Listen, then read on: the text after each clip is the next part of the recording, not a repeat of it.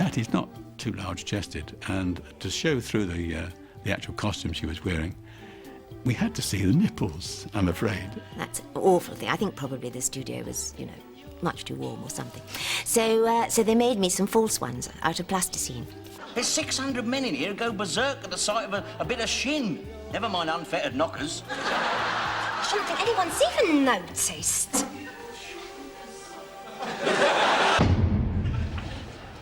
I spy with my little eye something beginning with C.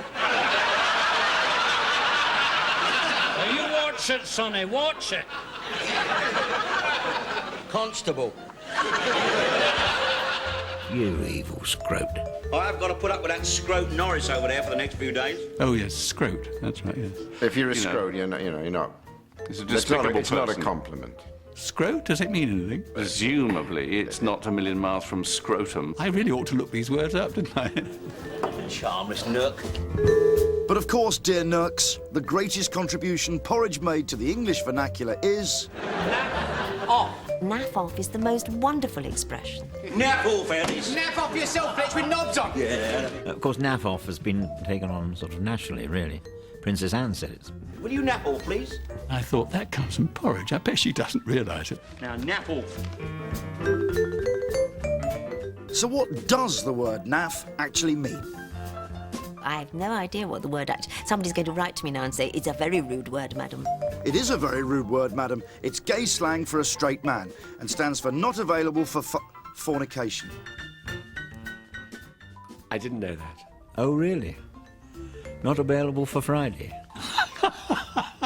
I bet the Princess Royal doesn't know that. God, I must use it more often. Nap off. The enemy to a person like Fletcher is not only the screws, but also certain prisoners who might actually be leaning on you to do the wrong things. And the Mr. Big inside was grouty. Most people secretly have a soft spot for a villain, you know. Everybody was scared to death of him, including Fletcher, which was pretty remarkable. I found the secret of it really was to play it absolutely not in any way as a comedy. Any crimes he did, there was no blood on the floor.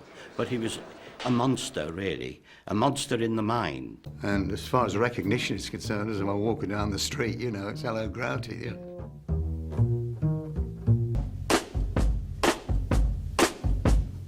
In a few years' time, being illegitimate, you know, will be very fashionable, much as homosexual is at the moment. Oh, yeah.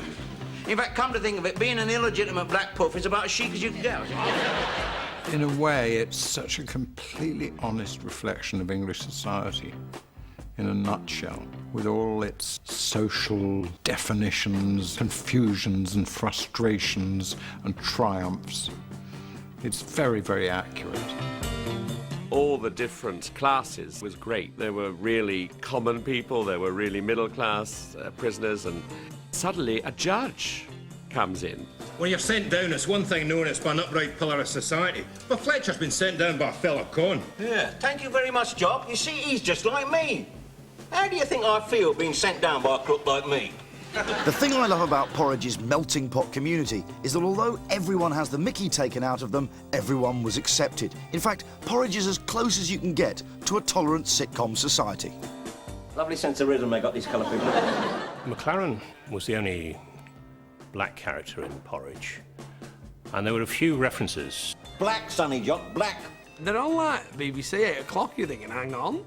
That's a bit, you know, don't give me that black look. My ancestors were from the West Indies. Well, at least half of them. Well, it's all the same, isn't it? I mean, there's slaves and that's all. This lot picking cotton, your lot pick bananas. It all comes down the same business. Just a load of blacks in the sun picking something.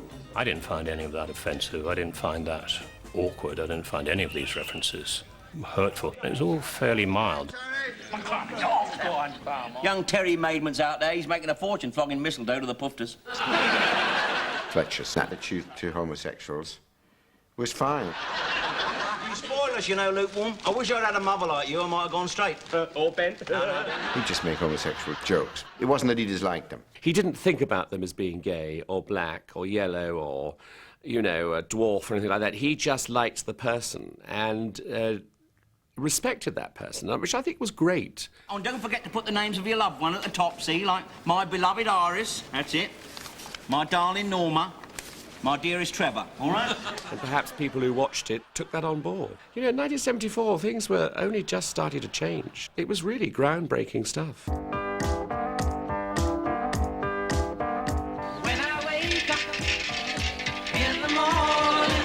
It took a while for the writers to learn that less plot was more. Well, we had one where they went out on a working party and they caught a glimpse of a district nurse's shin. And there was one, I think, when he was working on the farm. It was a way of trying to get fresh air in. Fresh air and move around the prison. Of course, we didn't need it. We didn't really need it. And then we learned that. You eat like pigs and all. We got more confident about just creating a claustrophobic plot about very little. We did a whole plot about a can of pineapple chunks. And once we got into that groove, we were away. Thickly cut, juicy chunks of delicious pineapple soaked in a heavy syrup from the sun-kissed shores of Honor-bleeding Lulu. There's quite a danger in having too much plot. Lovely. You tend to cut away the character stuff. You have to, because you haven't got time. You've got to compress it all. And you say, we've got cuts, we're too long. And so the bits that aren't plot, the character bits and the line jokes go. And so you finish up with not half as good a show. The rioters on the roof hurled missiles and sharp-edged slates down to the ground.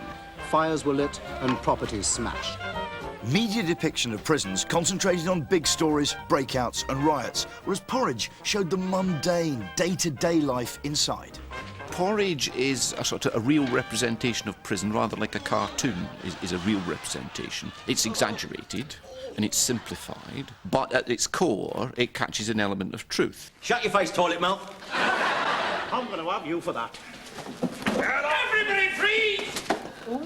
Stand still! Porridge didn't cover the really nasty things that do happen inside. Nonetheless, it became hugely popular with prisoners and warders. We learned in Chelmsford Prison from the warden that a punishment in their prison for minor infractions was not being allowed to watch Porridge. That made us very chuffed. Just adjusting the television, Mr. Lafayette.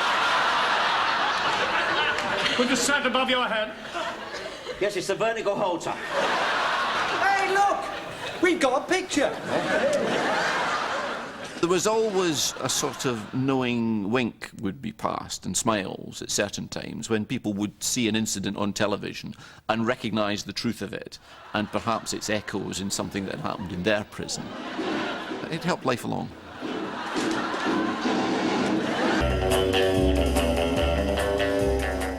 You see those flowers over there? I want you to fill one for me. What, from here? Just a great joke. And it was eventually used by the writers in James Bond. The Bond film. We did it. Never Say Never Again. So, as homage to ourselves, we gave Sean Connery a Ronnie Barker joke. So here it is, Sean Connery as Ronnie Barker. I need a urine sample. If you could fill this beaker for me. From here? Ooh, ouch. Sean Connery did it. He did it. What, from here, you know.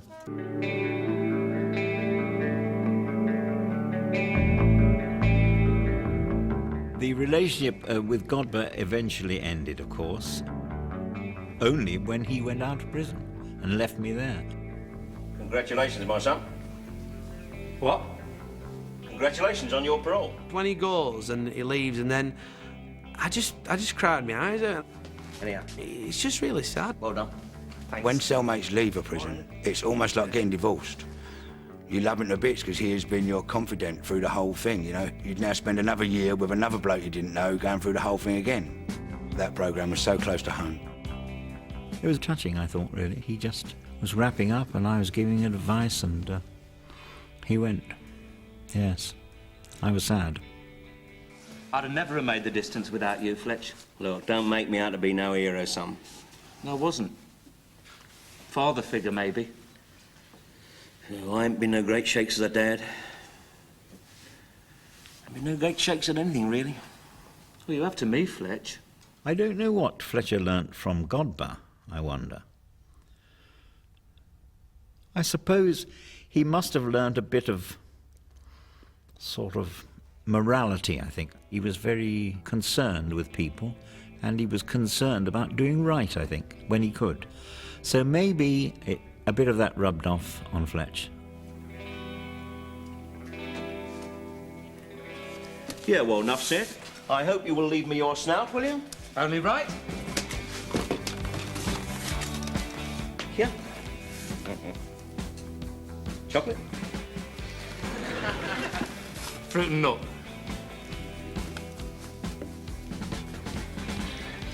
Plain? Plain chocolate.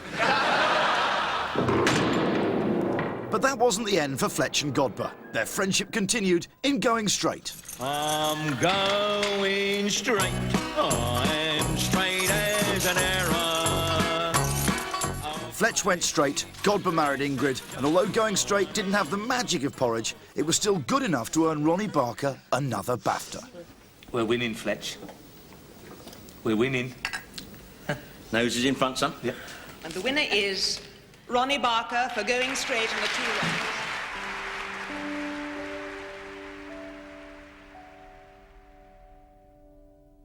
Your Royal Highness, ladies and gentlemen, the tragic and untimely death of my good friend and colleague Richard Beckinsale 3 days ago has robbed me of the joy of this award, but the pride in winning it still remains. Sid Lotterby rang me to tell me that Richard had died. He'd never had a heart attack before. He seemed to be healthy. It was a tragedy that he died so early, 31, so sudden. It was awful. Sid Lotterby was in tears when he rang, and so was I, very soon after. Awful. He was such a laid-back, stress-free person that it's almost unimaginable that he would have a heart condition. So it was a very hard blow. It was awful. I'm sure he would be a big star now. He might even be across the water, I think. Across the water, you know. Isle of Man, somewhere. Normally I would hesitate about putting a sprog in here, Fletcher. Oh, gonna have a bit of company down below, am I? Perhaps you'd show him the ropes. Show him what you've learned. All right, sir. I'll keep an eye on him. I shall simply tell him 3 things, that's all. 1, bide your time. 2, keep your nose clean. And 3, don't let the bastards grind you down. Oh, sorry.